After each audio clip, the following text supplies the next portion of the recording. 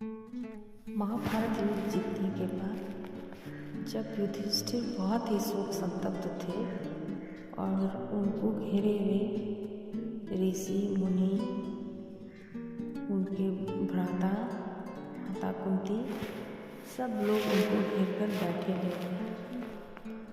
वो अपना दुख प्रकट करते हुए कहते हैं, धन विलासी धन न मिलने से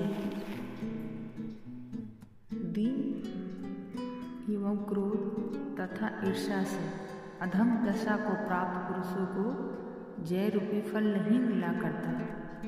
पांडवों और कौरवों के जो योद्धा रण में मारे गए हैं, उनको मरा हुआ ही समझना चाहिए, अर्थात उनकी मुक्ति नहीं हो सकती, क्योंकि वे राज के लालच में पड़ गए थे।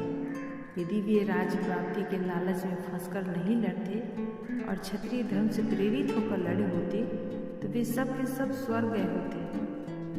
इन सबके नाश का कारण यद्यपि कुछ लोगों के मतानुसार हम बतलाए जाते हैं, तथापि यदि विचारपूर्वक देखा जाए तो इस जनसंहार के मूल कारण धृतराष्ट्र पुत्र दुर्योधन आदि ही हैं, क्योंकि उन लोगों ने अन्यायपूर्वक हमसे हमारा राज्य छीना था।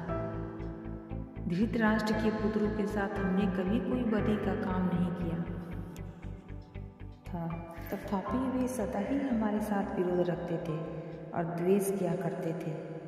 उनकी बुद्धि हमारी ओर से दुष्ट थी और उनका जीवन कपटपूर्ण आचरणों से भरा हुआ था। वे हमारे प्रति मिथ्या विनय प्रदर्शित करते थे। ऐसे बांधवों को मारकर न तो हमारा प्रयोजन ही सिद्ध हुआ और न हमारा विजय ही हुआ। वे आगे कहते हैं, न तो वे राज सुख भोग पाए और न उन्हें स्त्री आदि का सुख प्राप्त हो पाया। दुर्योधन आदि कौरवों ने अपने मंत्रियों, स्नेहियों, हितैषियों और बुद्धिमानों के कथन पर ध्यान नहीं दिया। उनको सभी ने अपने हिसाब से समझाने का भरसक प्रयत्न किया, मगर दुर्योधन कभी भी कुछ भी किसी का सुनने को तैयार नहीं रहता था। फल यह हुआ कि वे रण में मारे गए और राज्य सुख भोग से वंचित रहे। दुर्योधन का हम लोगों के साथ द्वेष था, अतः उस द्वेष के कारण सदा संतप्त रहा करता था, दुखी रहा करता था। इसी से उसे कुछ भी सुख नहीं मिला। राजस्व यज्ञों में वह हमारे उत्तम ऐश्वर्य को देख माड़े कुरहन के पीला और दुबला हो गया था। दुर्योधन की इस दशा को देखकर शकुनी के पुत्र वत्सल धृतराष्ट्र को यह सलाह दी थी कि हमें जुआ खेलने को बुलवाएं। अतः पुत्र श्रेय होने पर धृतराष्ट्र ने अन्यायरत निज पुत्र का मन रखना निश्चय किया।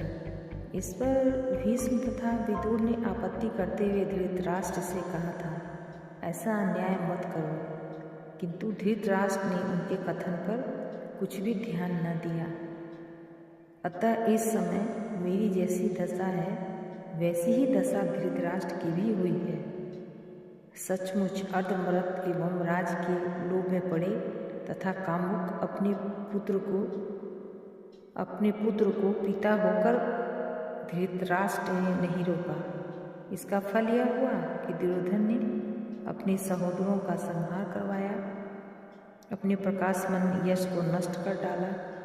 दुर्योधन हमारे साथ सदा द्वेष रखता था, उसके मन में पाप भरा हुआ था, अतः उसके मारे जाने का मुझे शोक नहीं है, किंतु वह अपने वृद्ध माता पिता को शोक सागर में निमग्न कर चला गया, इसका मुझे अवश्य दुख है।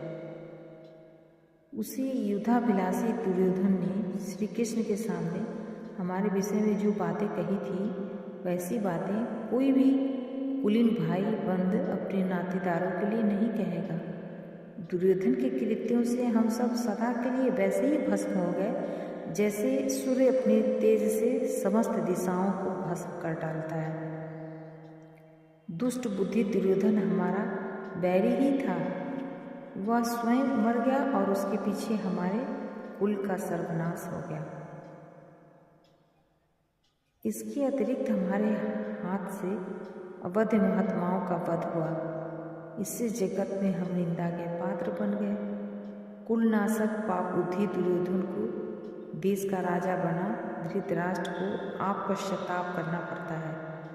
यद्यपि हमारे वैरी मारे गए, उनके राज सुख को हमने सदा के लिए नष्ट कर दिया और ऐसा करने से हम पाप के भागी भी हुए।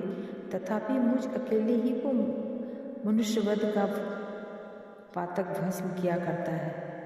हे अर्जुन, मनुष्य के किए पापों का नाश, परोपकार करने, किए हुए पापों के लिए पश्चाताप करने, अपने पापों की कथा दूसरों को सुनाने, दान देने, तप करने, पाप कर्मों से निवृत्त होने, तीर्थ यात्रा करने तथा वेद एवं धर्म ग्रंथों का पारायण करने से नष्ट हो जाता है।